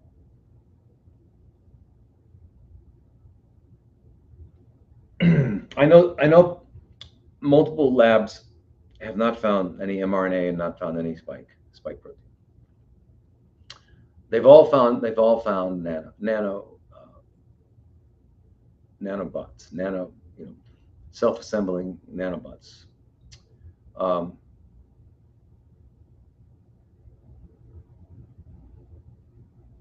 so the question is the whole RNA, mRNA, spike protein thing, is that all a diversion, or is that real? Wait, I don't know enough because I'll tell you, I don't. I think the only people that might know are the ones that are actually looking in the microscopes and studying. They're getting samples of the different uh, um, liquid injections from those different companies that we all know about, and they're looking at what's in there. And the ones that they're saying, I don't see any mRNA. So if I were doing that and I didn't see it, I'd say, okay, then it's not. It's something else. And that whole story is just to throw us off. But then on the other hand, I don't know, because there's a lot of other research that talks about it. So it's confusing. But the one group that I really trust, the guys I was talking to, they're European doctors, Spain. Uh, they found that nothing inactivated it, because they're really synthetic biology. They're not real synthetic biology, and they feed on EMF. So it didn't matter if you poisoned them or heated them up or did anything like that; they didn't die. But put them in a Faraday cage, and they no longer could feed off electromagnetic frequencies, and they stopped moving. So geez. So how do you do that? How do you get yourself in a Faraday cage? Now, on the other hand, you all know Peter McCulloch, Dr. Peter McCulloch, cardiologist, considered an outspoken cardiologist, internal medicine, like myself, and then cardiologist was his subspecialty. Very well credentialed, really respected, publishes and all that stuff. Well, they just not, and here I you got to say I've got to tell you I suspect if somebody can get things published, because you got to see who sits on the editorial boards of these publications. When you look at that and you see that a lot of times they've been forced to resign and things like that, and you imagine all the research that's submitted in a month, and the ones that they accept. So they're determining what's going to be published, what's going to be seen. And so if it's published, I wonder, it's kind of like, if somebody is really an advocate for the popular person and they've got a big following. Um, they're usually dead. So if I see someone alive, I'm saying, Anyway, stuff to think about. Anyway, so Dr. Peter McCulloch, who's really outspoken about this whole thing since the whole thing started in 2020, the Great Hoax, and anyway, he published in the The American College of Physicians and Surgeons, which is anyway, um, it's a publication. Anyway, he published, and it was about looking at the ways of treating the virus, right? As if they exist, if they exist, this is how we treat them. And so, what he came up with, and he published it, was nattokinase, 2,000 units twice a day, empty stomach. Bromelain, 500 milligrams once a day, empty stomach. And curcumin, 500 milligrams twice a day, empty stomach. And you want them to be together, empty stomach, because because otherwise they're going, like, for example, if you took the nattokinase, it's an enzyme. It'll start working on food and never get where you want it to get. But anyway, that was his conclusion, and that's because bromelain. So nattokinase, as we all know, comes from natto, and there was a publication the Japanese group published saying that nattokinase basically dissolved the spike protein, which is pretty cool. Now, bromelain, on the other hand, is a protease, enzyme protease from serine protease that we find in pineapple, other fruits too, but pineapple. And it downregulates inflammatory markers. It upregulates T cells. It does a lot of amazing things. It turns off the NF-kappa beta, turns off the COX-2. So it's really quite good. So it's an anti-inflammatory and it's an immune modulator. So it's really good. So I can understand why he came up with that. And curcumin, again, curcumin is like magic. But gets NF-kappa beta, gets all of that sort of stuff. And all three of them also decrease blood clotting. So that's their, and they say you do that for anywhere from 3 to 9 months. And you have to understand that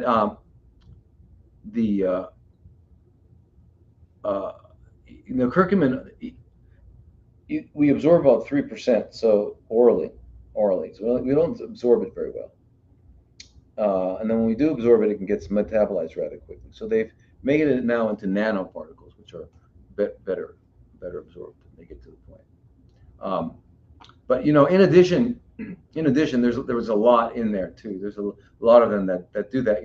Which is NAC and N-acetylcysteine, ivermectin, hydroxychloroquine, selenium, Irish sea moss, green tea extract or green tea, black cumin, dandelion extract, lots of those things. They haven't been studied as much in this particular thing. But here's the thing: what if that's not what it is? Even if that's not what is in those shots, they're really good for you if you've got chronically fermenting cells anyway. But again, I wouldn't use their words. Remember their words. Don't use their words. Now, what else do we have?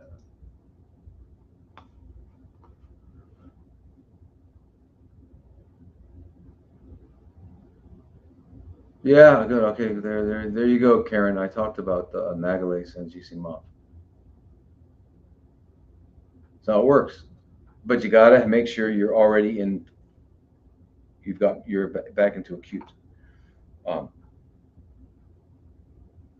inflammation, not chronic.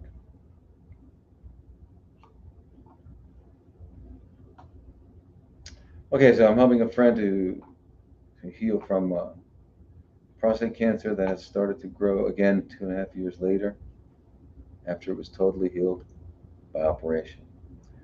Sometimes PSA value has gone down with all the work we do to plant-based carrots. The PSA has just gone up. But now, after a plant-based diet, lots of carrot juice each day, the PSA value has gone up. So anyway, I've heard that with the PSA goes up, or any tumor marker goes up, it might mean that killing it or growing. Yeah. So, diet and treatment. Anyway, just to your thing, if you notice it going up, if you're using green juices, you wouldn't see that as much because the carrot juice is quite sweet. Yes, it's got vitamin A, but you got to get vitamin A from another way. Remember, you can't do this just one thing. You got to clean out the colon.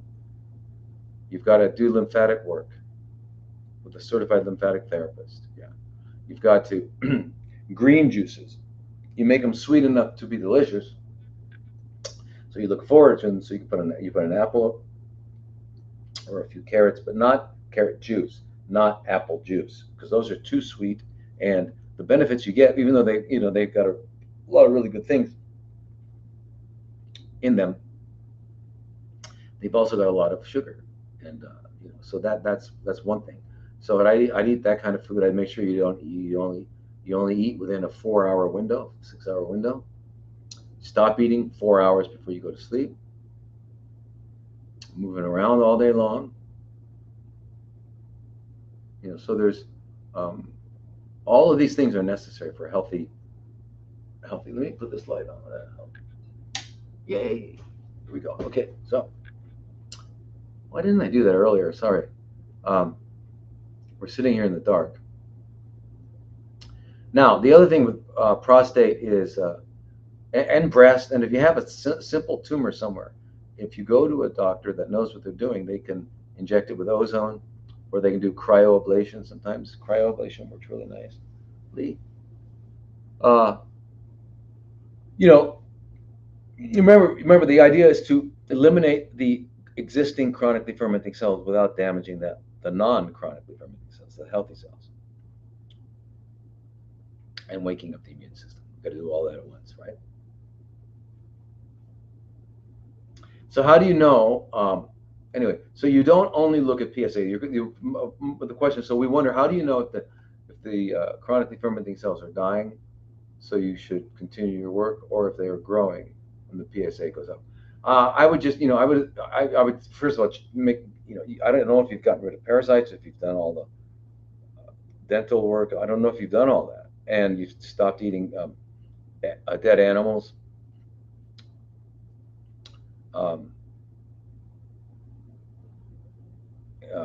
Stop eating corpses. So if you've done, you got to realize it's not just a matter of what the things, not that you're doing these juices, but you're not eating corpses, and you're not eating like cooked carbs, like baked potatoes and French fries and mashed potatoes and pasta and bread. These cooked carbs are the same kind of thing, so it causes a problem.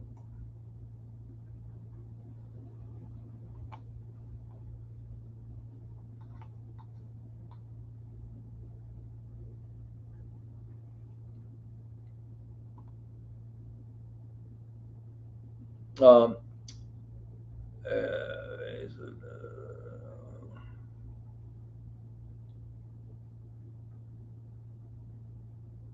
okay, this is Jennifer. Diagnosed 2015 with ER positive invasive ductal carcinoma, treated at MD Anderson with MD Anderson protocol. 16 rounds chemo, 30 rounds radiation, double mastectomy. By 2017, had complete heart failure. Currently fighting doctors to stay off transplant list. I believe all of this is hormone imbalance, which would explain most of my mental and physical problems. How does one fix their hormone imbalance? Oh my gosh, Jennifer. Yeah, that's MD Anderson. Can you believe that? Did you all just hear that? I read these every day. Did you all just hear that? That's like, what? What? What? Jennifer, that's what you'd expect that kind of treatment from somebody who hates you, not from somebody who's helping you. But anyway, if you're in complete heart failure, I'm afraid that it might have been one of the chemotherapy agents, because there's a couple of them that do that. Tamoxifen can do that, number one. So can doxorubicin, which is a chemotherapeutic agent. And I'm sure they gave you to tell back. It's just they, and I'm sure they gave you, if you're ER positive, right? Was that what you said to me? Yeah. So I'm sure they gave you, yeah, they Lupron to knock out your hypothalamic ovarian axis, which is basically chemical castration, and that's unbelievable. It's like, well, no, you've got to get back. You've got to get to a doctor who knows what they're doing. You've got to. And remember Joe Tippins. Joe Tippins was at MD Anderson. They even have him on his website.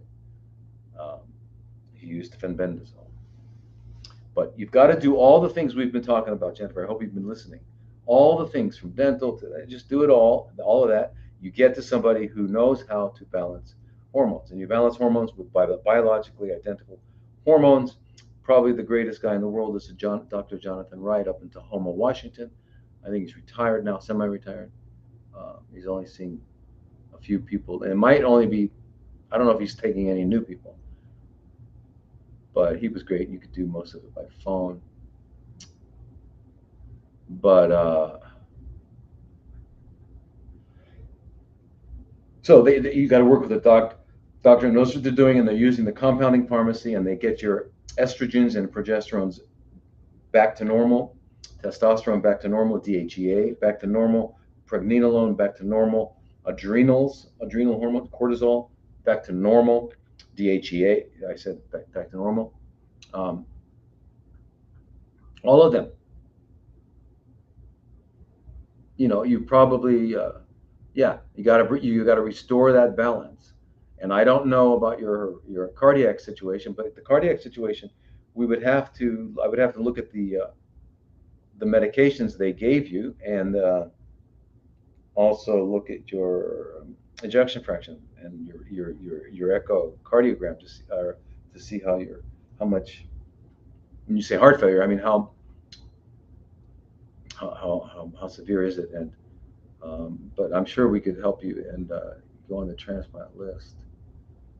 Yeah, I mean, so it sounds like it's what they call a New York Heart Association class 4, 5.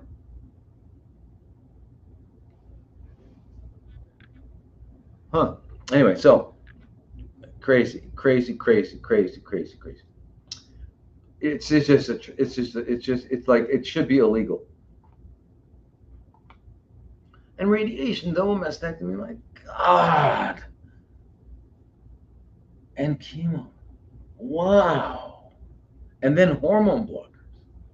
But I see this every day. I can't get used to it. I can't get to the point where like, oh, okay. No. How do they do this? Because you don't know. You go in there, you don't know, and they scare you. The standard of scare. They're really good at that. They know how to scare the hell out of you and get you to do anything. They give you a psychological frontal lobotomy. That's what they do with this fear. It's really, really, really, really,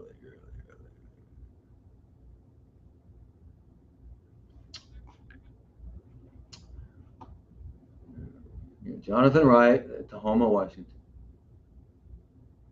WRIGHT. Okay, so now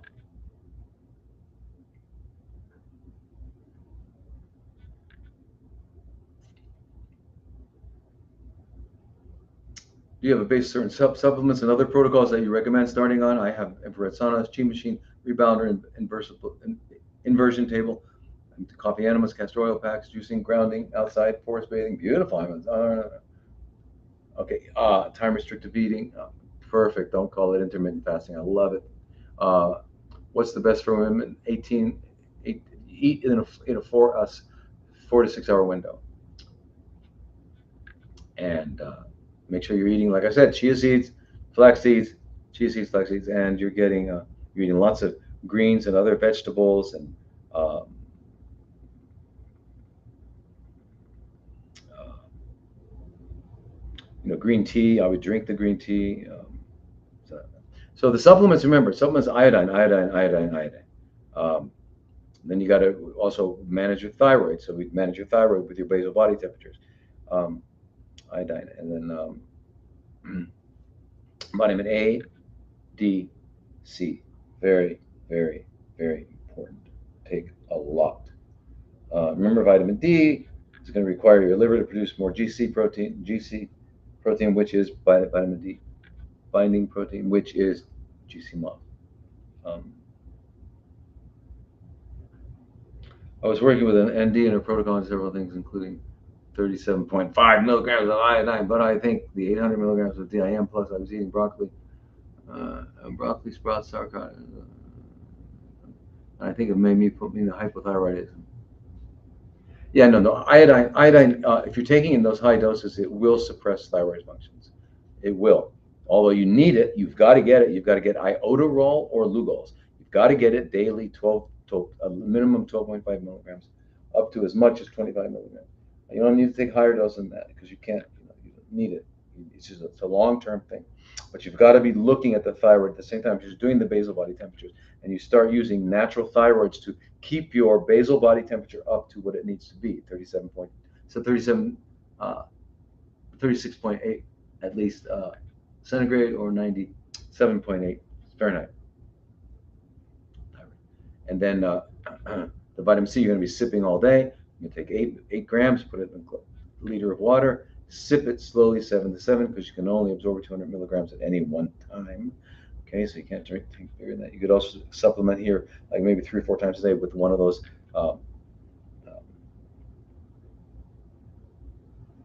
Dr. Mercola's, what are they? The liposomal, yeah, right? And then he's not answering TikTok questions. You mean live questions? I don't answer them. I mean, I try not. I try to answer the ones that are here. I'll go there to you. So anyway, that's what I'm saying about. You got to be on. You got to call me because I don't. I think it's things look pretty. Not, you're doing a lot of really good things, but like you're right. How am I doing it at the right course, the right things like that, right? Now TikTok. So the way they gave it to me now, the way my team's giving it to me, they're giving me all my questions, and I don't know where it comes from in topics. Like there's one topic here called diabetes. There's one called Lyme. There's one called surgery. And then it's got several questions on one's called parasites. So hopefully, whoever you are that you feel you didn't get your question answered, what is it? Because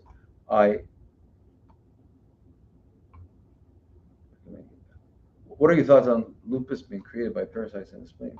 I wouldn't be surprised because the parasites cause Th2 polarization of the immune system, which is the kind of polarization in the immune system that has to do with autoimmune conditions. So I wouldn't be surprised that. I wouldn't be surprised at all. I don't know if necessarily the spleen they could be there, but they could be wherever they are. They're going to cause a Th2 response and turn off Th1. So yeah, but if it's spleen, I looked that up. That's interesting, but I don't know why specifically the spleen. So let me see. Anybody else? I'm not answering TikTok questions because I don't. You mean right here? Let me see. What are we saying here? You mean right here? Are hormone blockers okay to take for a short period, like an anastrozole? Good question. I am answering TikTok questions.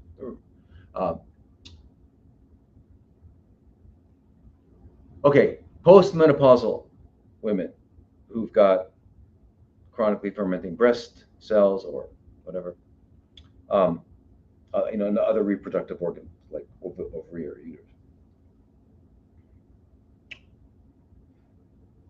When they go through menopause, their ovaries are no longer producing estrogen. So the only place that they produce estrogens is in their fat tissue. And they do it by converting androgens, which are testosterone and androstenedione, like that, converting them into estrogens.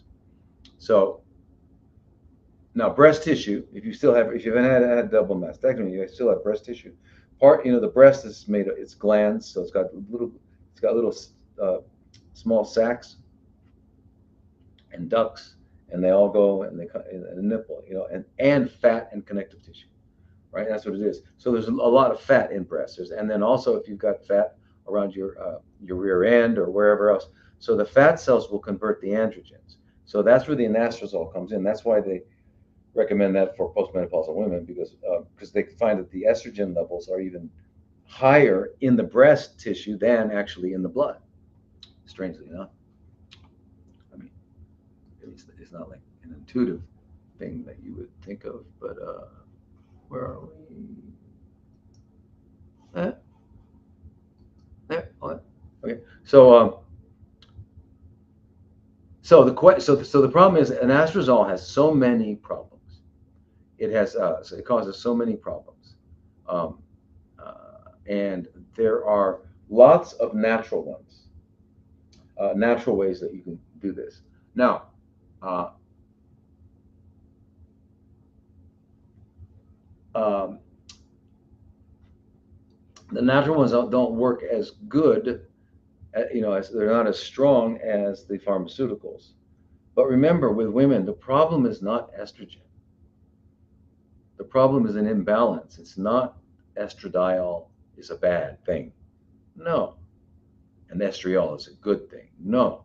They've got to all come into balance. So by taking iodine, molecular iodine, it stimulates it's necessary for the metabolism metabolic pathway from uh, uh, from estrone to estriol.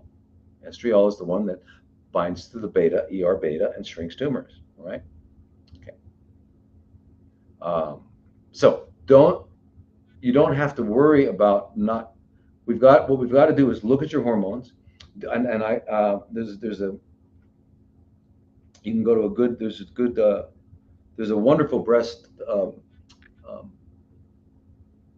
uh, Dr. Jean Simmons. She was formerly a breast surgeon, and she came over to the other side, to the good side, to the healing side, and she works really just with chronically fermenting breast cells. I'd recommend seeing her. She's really wonderful, knows what she's doing. She's a very smart woman, very smart doctor, very, very excellent. So I would say, if you're in America, you can go see her, find her and go see her. Um, but um, but So you don't need to take the drugs. There are natural ways out of them, but you've got to have someone guide you, and you've got to eat right, and you've got to do all these other things, and you have to make sure you've eliminated all the potential causes, and things like that. Right. So yeah. So so you did a good thorough cleanse and all that stuff, and then you balance your hormones. You balance them. You don't do something like Lupron, which knocks them out. It knocks out the whole process, which is crazy. It's madness. There's not even it's just you've got to bring a healthy body, you see a person like who's really healthy and jogging or whatever, they're balanced. They haven't knocked out one system because it's a bad system. There are no bad uh, things in our body unless we put them there. Anyway, you guys, listen, 7-Eleven it's late, and it is Sunday night, so right? Yeah. Anyway, it's been a great thing. Is this the same for Zoladex? Is what the same for Zoladex? Yeah, same for those. Yeah, you can do it naturally. You can do it naturally. You don't need to do those things. Now, can you high dose vitamin C? Yeah, you can, but you got to get on low. You got to get on IPT. Someone's just asking, can they do vitamin C and colonics while they're on high dose chemo? Yeah, you can do all the good things that make you healthy while you're on high dose chemo, but you don't need to be on high dose chemo. You never ever need to be on high dose chemo. You can always do either Metronomic but actually IPT. Please watch that podcast. You'll see. Just to get an idea, I'm going to talk more about the details. I'll have Dr. Donato back on again, and other people will talk about the details of it. But anyway, you've got, if you're going to do chemo, do it rationally. But if you're going to use poison rationally. Yeah. So anyway, what can I say? You guys are fantastic, and I gotta run. Um,